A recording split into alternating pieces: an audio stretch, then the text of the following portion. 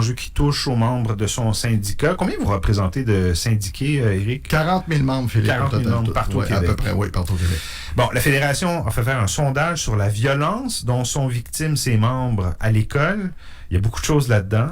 Présente-nous donc un peu les résultats de ce sondage-là. Oui, écoute, dans le fond, c'est un troisième sondage, parce qu'on en a fait un en 2018, en 2022, et on en a fait un autre, qui vient de sortir dernièrement. Sur les mêmes sujets.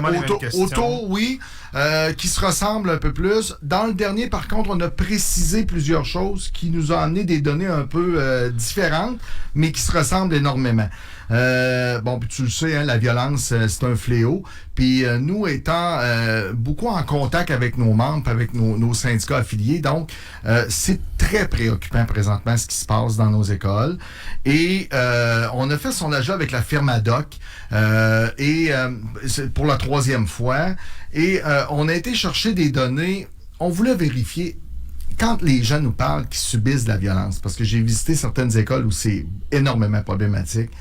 Et les gens nous disent c'est épouvantable ce que je vis là. Je dois porter des manchons pour me protéger les avant-bras contre les morsures. Je reçois des chaises par la tête. Je me fais sauter dessus. Je me fais toucher les seins. Je me fais, tu sais, je veux dire, écoute, un paquet de choses. Toute la gamme des violences. Des violences. Ouais. Puis là, on additionne le type de violence aussi. Là, je te parle de physique, mais il y a aussi verbal aussi. Hein? Les cris, les blasphèmes, les insultes, les menaces. Les insinuations, entre autres, là, les allégations, ça, c'est de plus en plus monnaie courante qui sort sur les réseaux sociaux, etc., etc.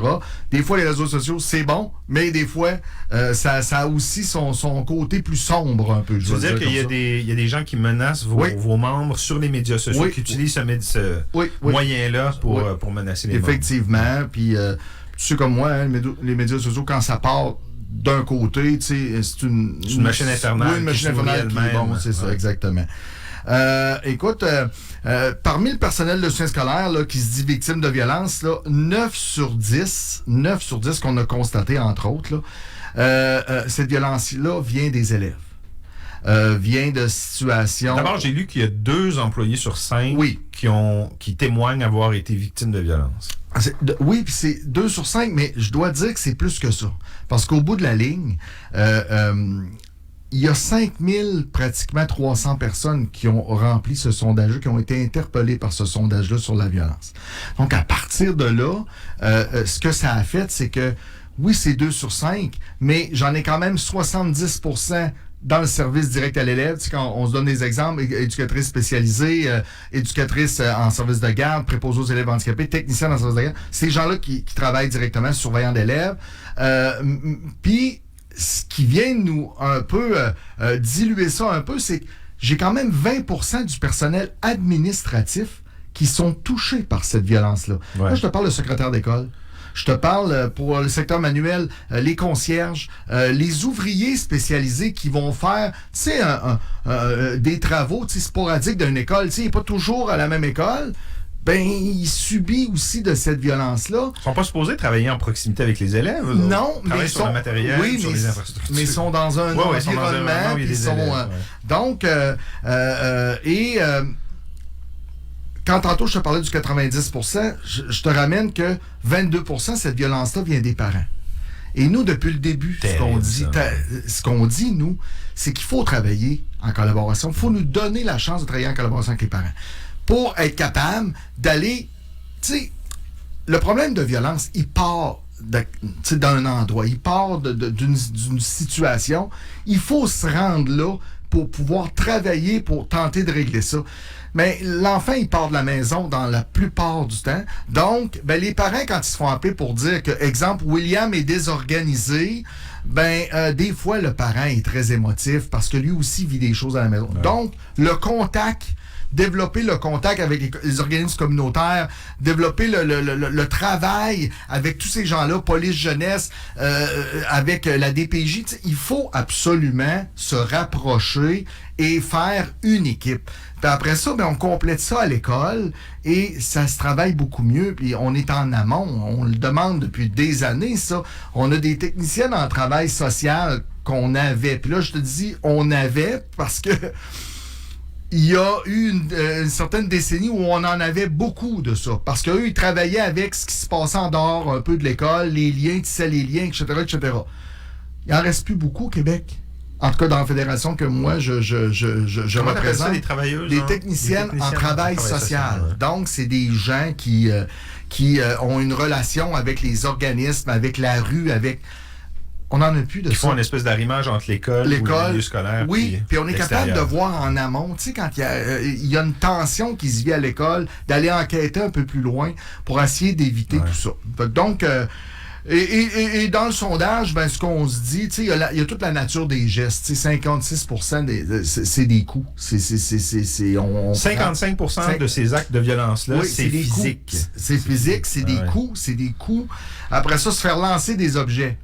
Ensuite de ça, des bousculades, des égratignures, excuse-moi, et des éraflures, des morsures. C'est de tout acabit par rapport à ça. Et je fais un lien avec, parce qu'on en a parlé, hein, des démissions à un moment donné ensemble, là, tu sais, ben je fais un lien avec ça. C'est qu'à un moment donné, les gens, là, ils ont une limite à encaisser, puis ils n'acceptent plus. Puis les gens, qu'est-ce qu'ils font? Ben, ils essaient de trouver, parfois ils démissionnent, un endroit plus sain et sécuritaire pour pouvoir travailler puis mettre leur talent directement avec d'autres types de clientèle. Mais écoute, c'est un fléau. Puis nous, ce qu'on demande au ministre Drainville, ben puis on l'a demandé à tous les ministres. Tu sais, je veux dire, je te parle de Drainville parce que c'est lui qui est là, mais ce qu'on leur demande, c'est d'être capable de travailler en amont, pendant, en suivi. Il y a un plan d'action, non, qui a été présenté non, il nous a été présenté publiquement, là, oui, tu sais, avec par le ministère de l'Éducation. Son et lumière, je vais appeler ça comme ça, tu sais, je veux dire, c'est toujours bon parce que, tu sais, malheureusement, puis je dis toujours aux gens, faites attention, posez la question aux gens qui travaillent sur le terrain. Quel impact que ça a eu, ça? Quelle différence ça a fait dans leur travail au quotidien? Parce mais il y avait quoi là-dedans en termes de grandes mesures? Ben, il y avait des grandes mesures qui disent, tolérance zéro, on s'assure des suivis dans les cas de violence, mais on n'est pas au premier programme, on n'est pas au premier plan pour contrer la violence. Moi, j'ai vu... Écoute, sous le temps de Sébastien Proulx, qui avait mis 90 millions là, pour la violence. Et ça s'était terminé par une campagne d'affiches dans les écoles avec un doigt qui pointait l'enfant en disant... c'est toujours désespérant. Appelle si tu es violenté ou si tu es victime de violence. Tu sais, à un moment donné, là, c'est pas ça qu'il faut faire. Il faut... Du concret, de donner des outils, donner du temps pour pouvoir planifier nos stratégies aux intervenants. Puis quand je dis intervenants, je parle de tout le personnel de l'éducation. Parce qu'on est tous dans cette situation-là, mais ça nous prend une collaboration. Il faut, tu sais, même avec la santé, parce qu'il y a de plus en plus de santé mentale, de problématiques. Donc, il faut faire des liens. Nous, on veut travailler dans ce contexte-là, et on pense que la boîte à outils sera complète. Est-ce qu'on a des chiffres sur la proportion de profs qui rapportent ces actes de violence-là? Ben, oui, c'est ça. Ben, tu sais, les fameux rapports d'incidents. Oui. OK, je vais dire ça.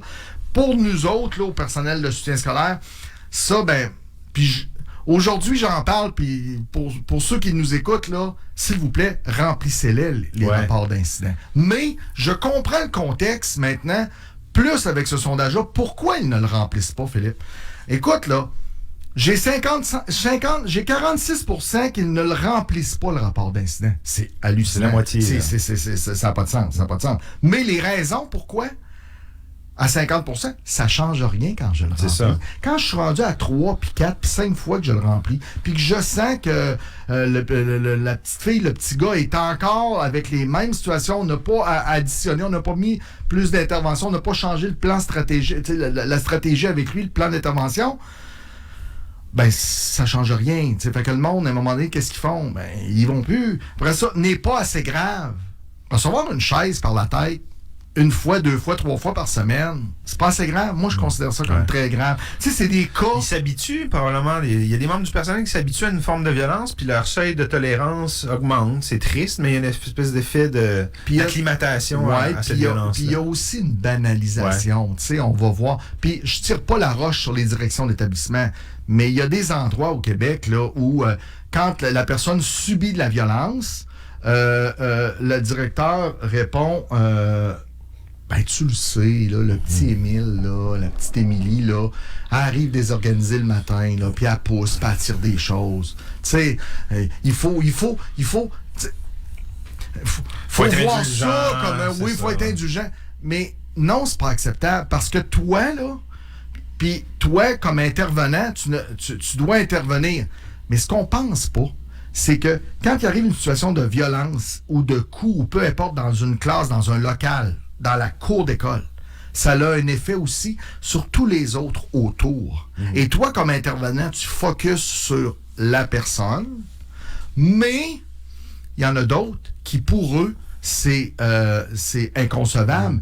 Ça laisse un certain choc, tu sais, là, par rapport à des interventions ou un enfant qui se désorganise, ça a un effet sur les autres autour. Donc, ça, là, puis écoute, dans les raisons, là, trop long à remplir.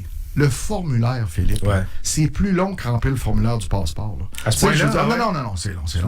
Il n'y a pas de concret. Là. Marc-André fait oui de la tête. Oui. Marc-André qui a une petite expérience de suppléance dans les écoles, qui a été prof pendant 33 ans. C'est vrai? As-tu vécu ça? Ah ouais? C'est vrai que la paperasse est pesante? Ah non, c'est oui. C'est augmenté avec le temps. En plus, c'est ça. Puis c'était long dans... Là, je veux pas me traiter de vieux, là. C'était long dans mon temps, donc... ça l'est encore plus aujourd'hui. Tu sais, on a augmenté, là, énormément. Bon. Vous êtes conviés à une grande rencontre, je pense, le 24 mai, c'est ça? Tu dis ça avec un sourire un peu sardonique. Je m'emporte émotivement quand tu m'invites dans une grande journée comme ça. Oui, on y va. Oui, c'est le ministère. C'est le ministère qui veut nous rencontrer. Bon, on parle de 250 invités, là, quand même une bonne salle. Tu sais, et je vais possiblement avoir 1 minute 16 pour raconter ce que je viens de te faire en 15 minutes, 14 minutes à peu près, tu comprends? Donc... il va falloir que je sois concis, puis que j'aille pas de sourire comme ça, tu sais, quand on... Parce que cette rencontre-là est présentée comme une occasion pour vous d'adresser vos doléances au ministre, c'est ça? Puis, dans le dernier mois et demi, on lui a fait 3 demandes de rencontre pour lui parler de situations très graves dans nos écoles, mais son agenda est très compliqué. Moi, ce que je dis, on ne peut pas se mettre la tête dans le sable par rapport à la violence. Faut faire quelque chose. Et là, ben, M. Drainville, cessez de lancer des grandes paroles, mais allez-y avec quelque chose qui va se palper sur le terrain, qui va avoir un effet sur les gens. Puis vous savez, ces gens-là ont besoin d'être valorisés et ont besoin d'être respectés. Donc, commencez par ça. Puis je pense qu'on va avoir un bout de chemin. Éric, tu représentes des membres du personnel du soutien, du soutien scolaire. Sais-tu s'il y a des sondages ou des coups de sonde similaires qui ont été faits pour les profs? Oui, j'imagine que... Puis écoute, je suis pas dans le secret des dieux non plus là, avec du côté de la Fédération des enseignants. Puis, mais je suis convaincu qu'il y a déjà eu sondages des ou examens, des investigations. Oui, c'est ça, assurément.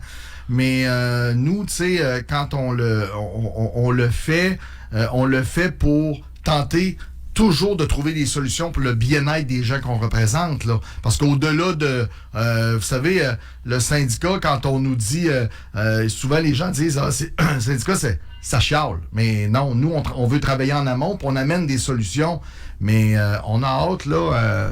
au Concorde, vendredi, dans quelques semaines. Le 24. Pour une belle rencontre, puis on espère d'avoir du temps pour expliquer tout ça. Tu vas pouvoir nous parler de ça, pas à ta prochaine visite, mais la visite suivante. Oui. Puis je pourrais même, à la prochaine visite, si tu veux, je te parlerai de ma préparation par rapport à tout ça. Je n'osais pas te demander la question aujourd'hui parce que je me disais, il ne voudra pas brûler ses punchs. Non, c'est pas une question de voler des punchs. Je pense que M. Drainville me voit arriver comme mon grand-père disait, un orignal dans une trail de 4 roues. Tu sais, mettons, je vais dire ça comme ça. D'accord?